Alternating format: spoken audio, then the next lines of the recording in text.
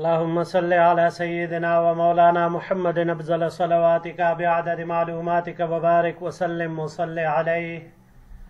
بسم اللہ الرحمن الرحیم. عزیز طلباء کرام، امید ہے انشاءاللہ العزیز آپ سب خیر و عافیت کے ساتھ ہوں گے. جامع السنن الترمذی جلد ثانی کے ابواب تفسیر القرآن عن رسول اللہ صلی اللہ علیہ وسلم کے باب ما جاء ومن سورۃ آل عمران کے دوسرے حصے کے ساتھ اللہ جل شانہ کے فضل و کرم سے ایک مرتبہ پھر آپ حضرات کے خدمت میں حاضر ہونے کا موقع ملا. بحمد اللہ تعالی. عزیز طلباء کرام، آج ہمارا سبق نمبر 338 ہے، تو بڑھتے ہیں اپنے سبق کی طرف.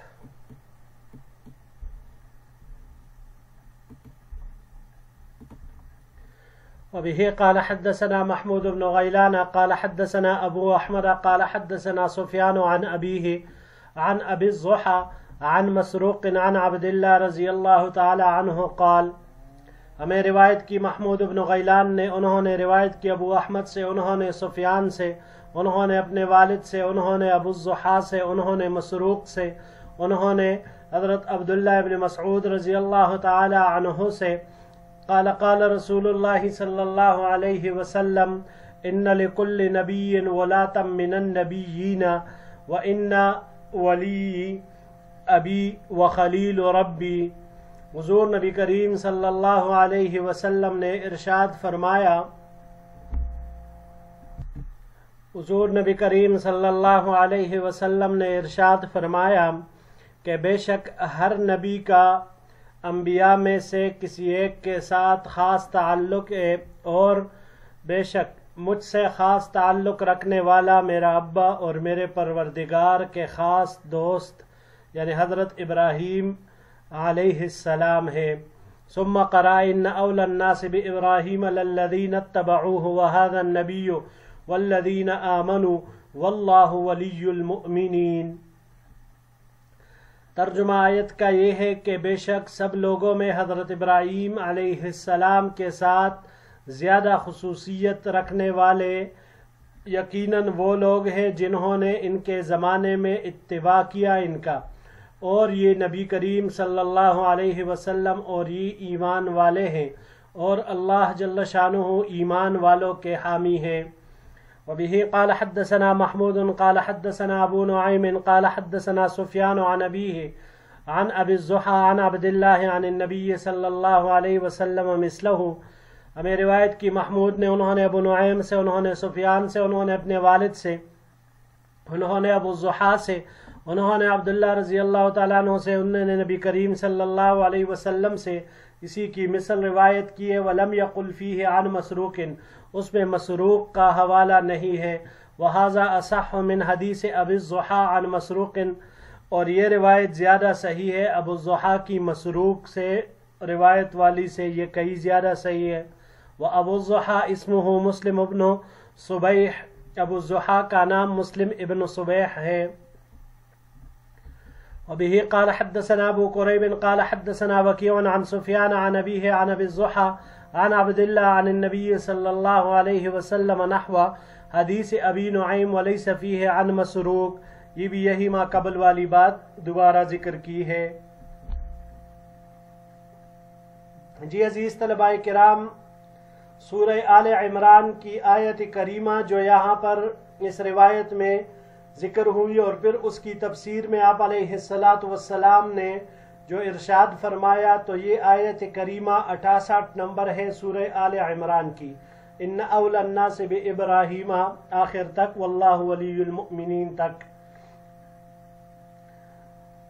ولات ولی کی جمع ہے، جس کا معنی یہاں پر خاص تعلق رکھنے والے کا ہے. یعنی مطلب یہ آیت کا یوں ہوا کہ ہر نبی کا گزشتہ انبیاء میں سے کسی کے ساتھ خاص تعلق ہوتا ہے.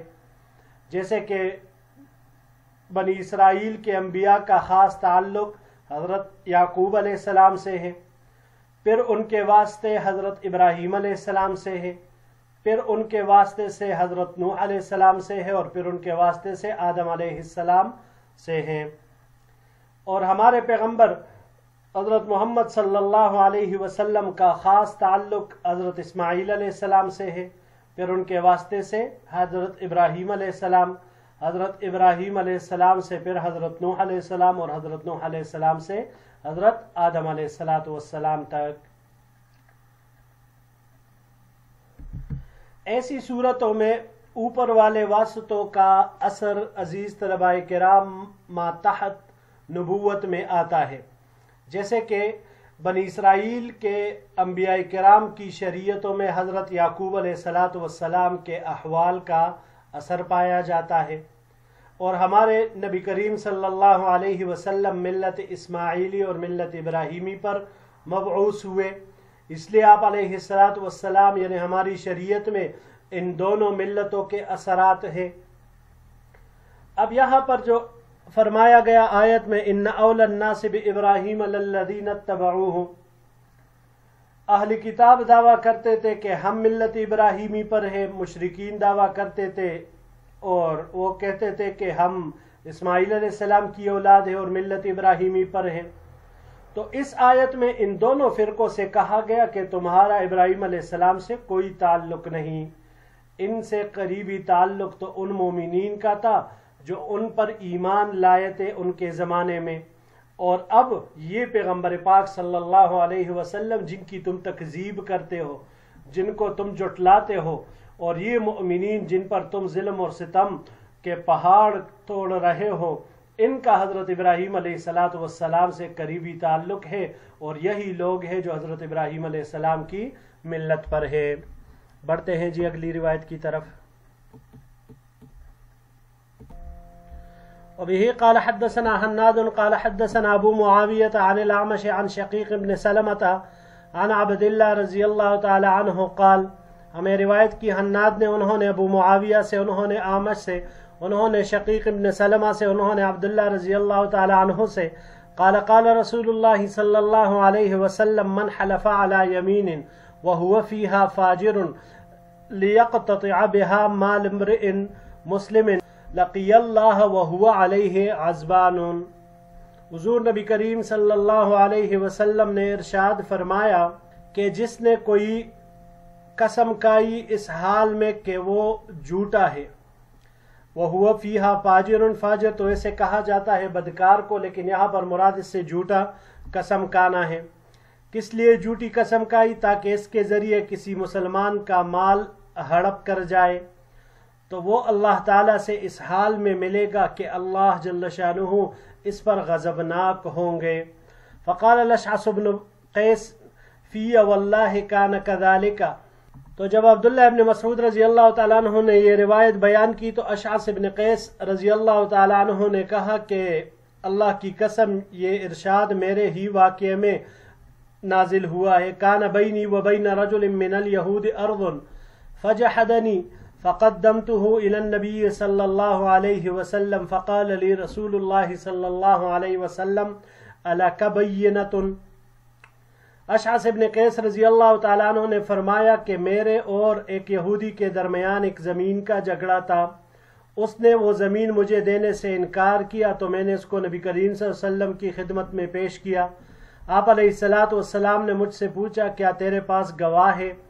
قلت لا، میں نے کہا نہیں۔ فقال للیہودی احلف، حضور نبی کریم صلی اللہ علیہ وسلم نے یہودی کو کہا قسم کہو۔ فقلت یا رسول اللہ اذن یحلف فیذهب بمالی فانزل اللہ تبارک و تعالی، میں نے کہا اے اللہ کے رسول صلی اللہ علیہ وسلم یہ شخص تو جھوٹا قسم کھالے گا اور میرا مال لے جائے گا، تو اللہ جل شانہ نے یہ آیت نازل فرمائی ان الذین یشترون بعہد اللہ وایمانہم ثمنا قلیلا الی آخر الآیہ۔ ھذا حدیث حسن صحیح، یہ حدیث حسن صحیح ہے۔